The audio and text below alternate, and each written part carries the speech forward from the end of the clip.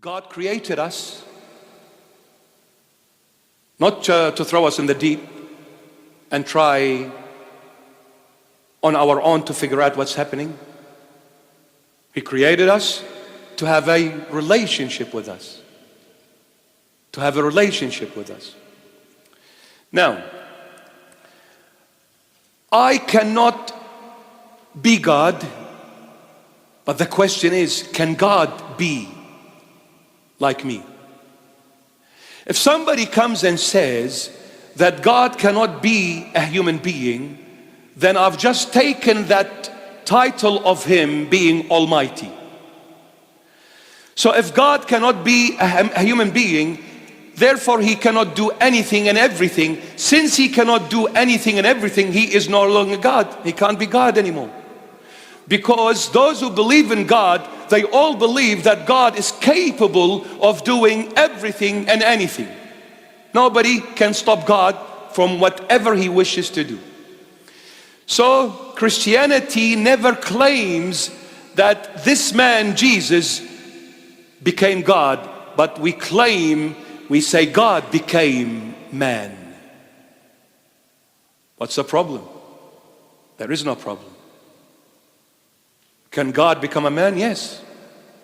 He's almighty. He can do anything and everything.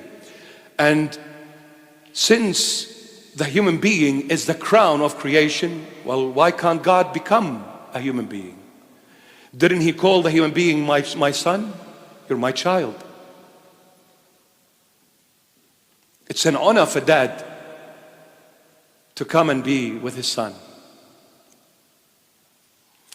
So now, since we can't go up to God to know Him, He came down to us to reveal Himself to the human race.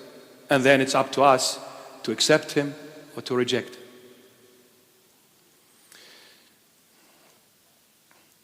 The Word can only be heard.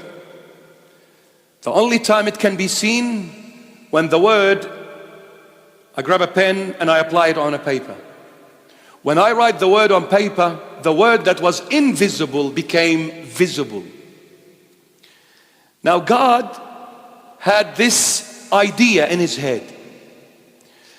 And since He is God, the only infinite being where nobody can ever read His mind, so He had to send His mind to the human race for that mind to speak to all of us in order to begin knowing who this God is, what He is, and why we are here. Why did He create us? So God said, the Word is invisible, I'll make it visible.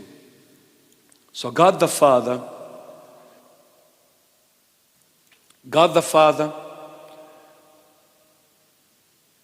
grabbed a letter and He wrote the Word on that letter for the Word to be visible. That paper which God wrote His Word on is the body of Jesus, the human. So God took that Word and wrote it on this letter called the body of Jesus.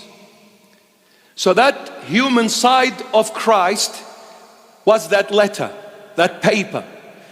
And then the Word, which is the invisible, which is the Logos, was written on that paper, the body. So the Logos came into this body and was sent as a love letter from God the Father to the entire human race. When Jesus Christ was born, that flesh, that perfect man, became the letter where the Logos, the invisible Word, became visible when it was written on that body. If you know what I'm saying. Jesus came. In Him is the Logos. Who is the Logos? God. In the beginning was the Logos, and the Logos was with God, and the Logos was God. So who was in the body of that perfect man? God himself. God himself. So, why John the Beloved introduces the Lord as the Logos? Because the Word operates in three ways, just like we believe in God being Trinitarian, so as the Word operates in three ways. Number one, the Word reveals the speaker. Number two, the Word establishes relationship. And number three, the Word commands, gives an order. The Word reveals the speaker, the Word establishes relationship, the Word gives an order, it commands. No more, no less. If I were to stand in front of you and say not even one single word, you will never know what's in my mind, what's in my heart. You'll never know. The moment I speak, I am revealed to all of you. You begin to know what was in my mind, what was in my heart, the moment I spoke, because the Word revealed what was hidden inside of me.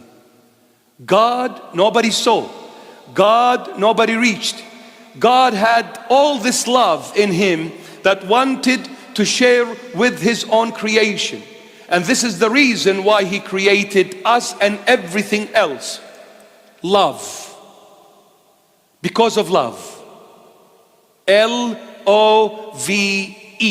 This is why God created the universe, created everything that we see and we don't see. It was love. Out of love He did it.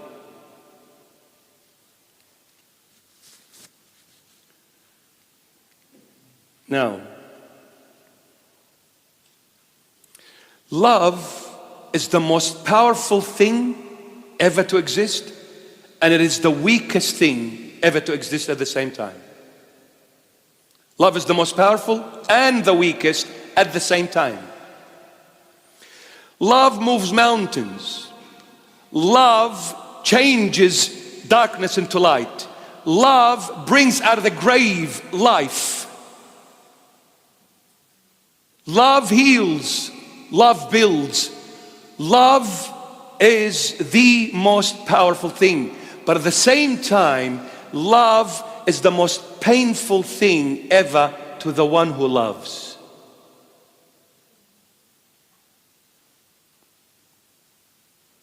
When you love truly, that's when you start suffering.